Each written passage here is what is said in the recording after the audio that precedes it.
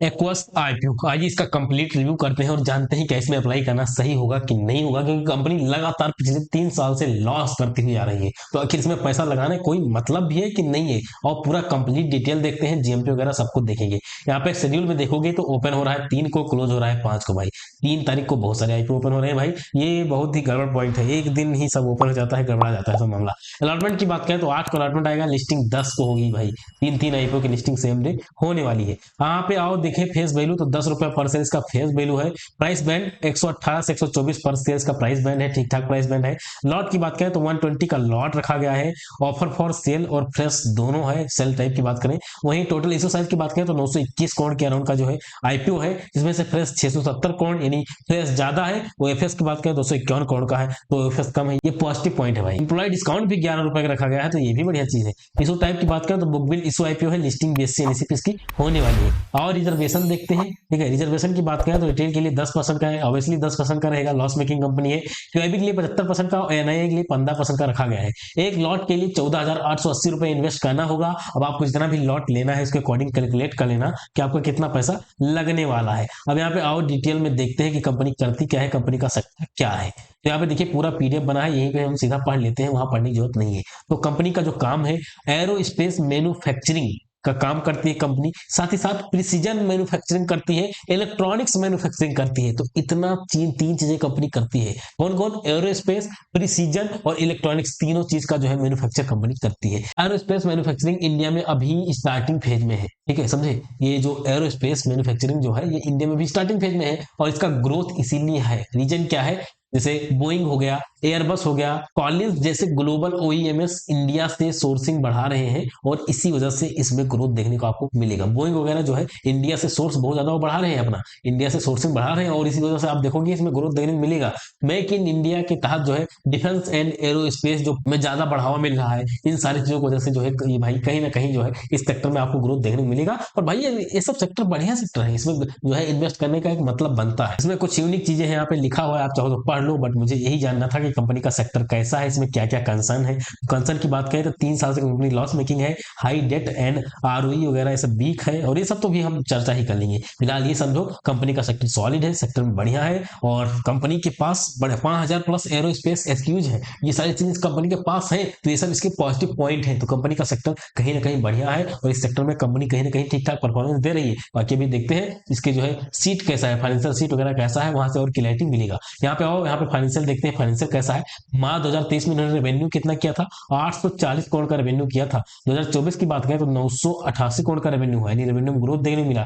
24 से 25 की बात करें तो 962 करोड़ का यहाँ पे रेवेन्यू हुआ। तो रेवेन्यू जो है यहाँ पे थोड़ा सा घटा है, कितना घटा है? 3% के अराउंड से घटा है, निगेटिव पॉइंट है। प्रॉफिट की बात करें, कंपनी लॉस मेकिंग है, 23, 24, 25 सब लॉस मेकिंग चल रहा है, और सितंबर का डेटा है वहां भी कंपनी लॉस मेकिंग ही है, लॉस ही है इसके कंपनी के पास भाई। लॉस कम नहीं हो रहा है, बढ़ रहा है, 71 से यहाँ पे 102 करोड़ हो गया। ये सब बहुत मतलब बहुत ही निगेटिव पॉइंट है यार। ईबिडा की बात करें तो ईबिडा में आप देखोगे 63 करोड़ का था, फिर 145 करोड़ का हुआ, बढ़िया। उसके बाद 24 से 25 107 करोड़ का हुआ। ईबिडा भी यहाँ पे घटा है, ये भी निगेटिव पॉइंट है। नेटवर्क वगैरह अगर देखोगे नेटवर्क ठीक ठाक है, 796 करोड़ का।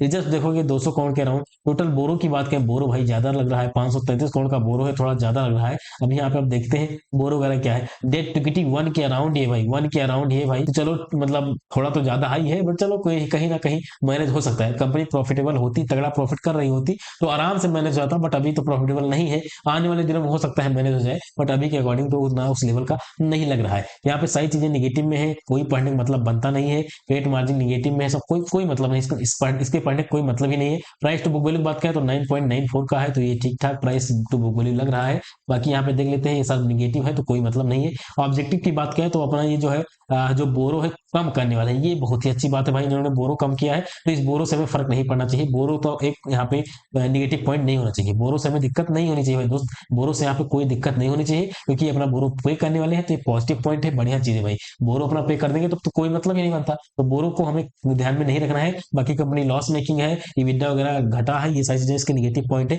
बहुत सारे इसके नेगेटिव पॉइंट है, यहाँ पे बहुत सारा यहाँ पे जो है अपना लिख के बैठे हैं कि कंपनी क्या करने वाली है, क्या कुछ करने वाली है। आप चाहो इसको पढ़ो, वरना यही समझो, सिंपल यही समझो, कंपनी अपने ऊपर खर्चा करने वाली है, अपने ग्रोथ पे फोकस करने वाली है। ये इसका पॉजिटिव पॉइंट है, बढ़िया पॉइंट है। हो सकता है आने वाले समय में आपको ग्रोथ देखने को मिले, लेकिन अभी के अकॉर्डिंग मुझे नहीं लगता कि आने वाली एक आध 1.5 साल में ऐसा कोई ग्रोथ देखने को मिल सकता है, ऐसा तो मुझे उम्मीद नहीं लग रहा है। ईपीएस देखोगे इसका निगेटिव में भाई आजाद इंजीनियरिंग का 14.6 का है, सबसे ज्यादा किसका है यहाँ पे, सबसे ज्यादा देखो डिक्सॉन का 202 का है भाई, शानदार यहाँ पे ईपीएस इसका है। नेट एसेट वैल्यू की बात करें, नेट एसेट वैल्यू में आप देखोगे सबसे ज्यादा किसका है, सबसे ज्यादा और ढूंढते हैं 672 के राउंड सबसे ज्यादा इसका है एम्बर एंटरप्राइज का मुझे लग रहा है, नहीं इससे ज्यादा भी यहाँ पे 940 का है पीटीसी इंडस्ट्रीज का है। वहीं पी की बात करें तो पी 115, 55, 100, 129, 73 ऐसे ही सबका पी चलता हुआ देखने को मिल रहा है। और अपने इसकी आईपीओ तो बात ही क्या करें, निगेटिव में है तो कोई मतलब नहीं है। रिटर्न ऑन नेटवर्थ निगेटिव में है, कोई मतलब नहीं है। सबसे ज्यादा रिटर्न ऑन नेटवर्थ यहाँ पे देखोगे तो 47 का आई थिंक डिक्सॉन का लग रहा है, मतलब शानदार भाई।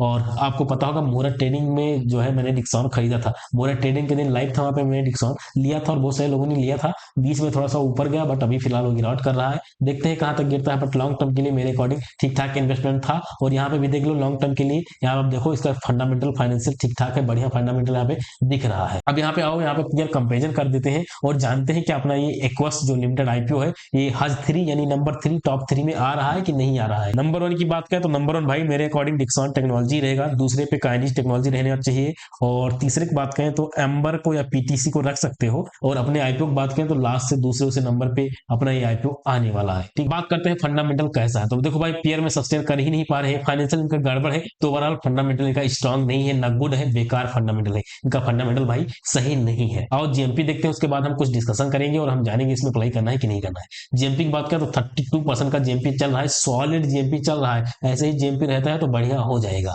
अभी आप बात कर लेते हैं कि इसमें अप्लाई करना है कि नहीं करना है। तो देखो भाई इस आईपीओ में पर्सनली बताऊं तो केवल लिस्टिंग गेन के लिए अप्लाई करूंगा। कब अप्लाई करूंगा? 5 दिसंबर को 3 बजे, शाम के 3 बजे। यदि इसका जीएमपी है 15% से ऊपर जीएमपी रहता है तो, 15 से ऊपर रहता है भाई तो 15 से ऊपर, ध्यान दीजिएगा 10 नहीं, इसके लिए क्राइटेरिया 15% का है। 15% से ऊपर या 15% के अराउंड जीएमपी रहता है, मान लो 14-15%, तो इस तरह जीएमपी रहता है तो ही इसमें अप्लाई करूंगा। 14% से थोड़ा सा भी कम रहेगा तो इसमें अप्लाई नहीं करने वाला हूँ, इसमें अप्लाई नहीं करने वाला हूँ। तब अप्लाई करूंगा 5 दिसंबर को, क्योंकि लास्ट डे आते हैं जीएमपी ऊपर नीचे हो जाता है, क्यूआईबी सब्सक्रिप्शन के अकॉर्डिंग ऊपर नीचे जीएमपी हो जाता है, इसीलिए लास्ट डे तक वेट करना चाहिए। वो लोग बेवकूफों की तरह पहले दिन ही बाई कर लेते हैं। अरे क्या मतलब है यार, लास्ट डे बाई करो, अलॉटमेंट मिलना होगा मिल जाएगा, ये टेंशन मत लो कि पहले दिन अप्लाई करूंगा तो मुझे मिल जाएगा। मैंने कितने आईपीओ अप्लाई किए भाई, लास्ट डे पे 4:47-45 पे अप्लाई किया हूँ, मतलब 10-15 मिनट बचा था क्लोजिंग के, एलजी वगैरह में, वहां पे अलॉटमेंट मिला तो जाके देख लेना, मैंने प्रूफ वगैरह डाल रखा है, जाके देख लीजिए। तो लिस्टिंग के लिए आईपीओ बन रहा है। लॉन्ग टर्म की बात करें तो लॉन्ग टर्म के लिए अभी कोई व्यू नहीं है भाई, लॉन्ग टर्म के लिए बहुत ही ज्यादा हाई रिस्की है, और लॉन्ग टर्म के लिए भाई बहुत ज्यादा रिस्की है, तो बहुत ही ज्यादा कोई रिस्क लेना चाहे तो कर सकता है। इससे बढ़िया लॉन्ग टर्म के लिए लेना है तो 3 दिसंबर को ही मीशो ओपन हो रहा है, उसमें कर सकते हो। इसके कंपेरिजन में बता रहा हूँ, इसके कंपेरिजन में वो कहीं ना कहीं ज्यादा बेहतर है। फिलहाल आज की वीडियो पे समाप्त करते हैं। आप लॉन्ग टर्म के लिए अप्लाई करोगे कि लिस्टिंग गेन के लिए अप्लाई करोगे, क्या कुछ करने वाले हो, कमेंट में अपनी राय जरूर दीजिएगा। बाकी एंकर बुक आएगा तो मैं फाइनल रिव्यू लाऊंगा, फाइनल रिव्यू को जरूर देखिएगा। बिना फाइनल रिव्यू करे जो भाई भैया बिना फाइनल रिव्यू देखे अप्लाई कर दोगे तो आपकी गलती, आपकी जिम्मेदारी है, मेरी कोई जिम्मेदारी नहीं है। तो इसलिए फाइनल रिव्यू जरूर देखिएगा। टेलीग्राम, इंस्टाग्राम, व्हाट्सएप सब कुछ ज्वाइन कर लीजिएगा। मिलते हैं अगले वीडियो में, तब तक के लिए जय हिंद, वंदे मातरम।